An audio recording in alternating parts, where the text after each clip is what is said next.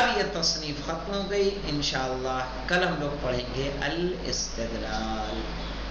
والحمد للہ رب العالمین.